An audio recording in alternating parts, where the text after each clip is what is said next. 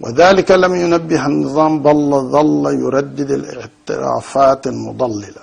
زۆر بە پەلەوتەنیا چەند ڕۆژێ لە دوای لادانی عومەر بەشیر لە دەسەڵات شاندێکی هاوبەشی ئیمارات و سعودیە سەردانی سوودانیان کرد، هەروەک لە دوای پەیوەندیکی تەلەفۆنی عەبدولفەتاح سیسی لەگەڵ عەبدولفەتاح بورهان سەرۆکی ئەنجومەنی سەربازی ڕاگوزەردا.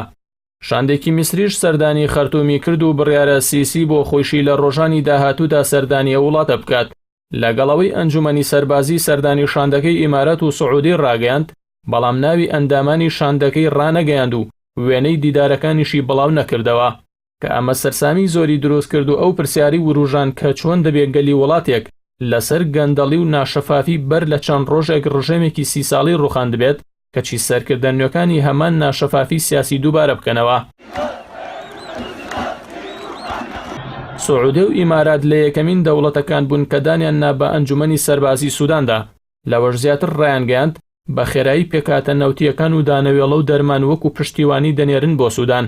ئەم هەڵوێستە لەلایەن جەماوەری سوودانەوە بە چاوی ڕێزەوە پێشوازی لێ نەکراوە، چونکە ئەو وڵاتانە بە دوژمنی ئازادی و بەهاری عەرەبی ناسراون. یەکێک لە داواکاریەکانی جەماوەری خۆپیشاندەرانی سوودان کشاندنەوەی هێزەکانی ئەو وڵاتەیە لە جەنگی وێرانکاری یەمەندا.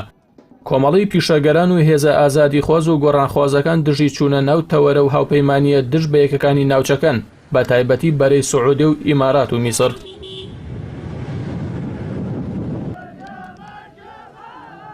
مانگرتوانی سوودان سوورن لەسەر خواستەکانیان، ئەزمونیان هەیە کە دوژمنانی بەهاری عەرەبی کێن و بەرنامەیان چییە، بۆیە بەچاوی گومانەوە لە شاندی هاوبەشی ئەو دوو دوژمنەی بەهاری عەرەبی دەڕوانن کە دوو وڵاتی هاو ئامانج و هاو ستراتیژن.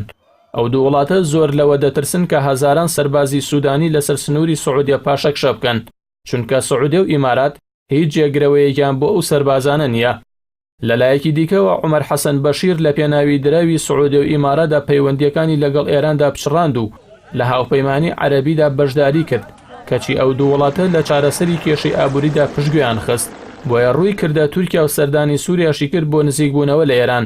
ئێستا بڕۆی خۆپیشاندەران لەسەر ئەوەیە یارمەتیەکانی سعودی و ئیمارات و میسر بۆ ئەنجومەنی سەربازی جێگەی مەترسین، بە تایبەتی بەو ناشەفافی و سانسۆرەی لە چوون و گەڕانەوەی شاندەکەدا پەیڕەو کرا.